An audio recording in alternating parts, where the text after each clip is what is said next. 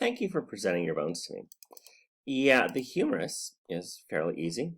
You are the second group I did. Another group chose the head of the femur. Well, head of the humerus is just as easy. There's the nice round head on the humerus.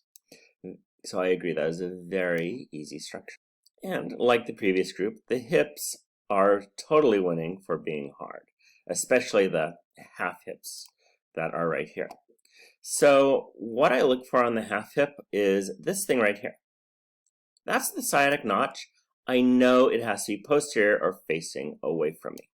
So here's the sciatic notch. That is posterior. This right here is the pubic symphysis. This is medial. This is your midline right here of the pubic region. And these rami are pointing forward, and this is on the top. I agree with you about, let me highlight them, the superior and inferior posterior ischial spines. They're annoying, they're obnoxious. That's not a spine meat, that's a spine. Those are just things.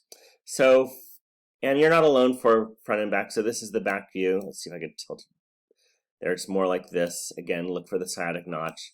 And yeah, these spines are very obnoxious, I agree. I love your cool structure. In fact, I'm surprised that I actually forgot it. Look at that beautiful linea aspera.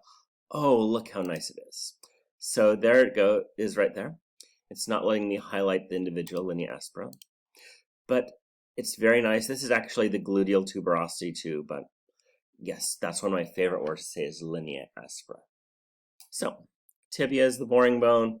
Remember, that's the bone that my student last semester said was the basic bone. And I guess my basic bone has these very boring condyles on the top of it. So yeah, you have a point there. It's a basic bone. It's very boring.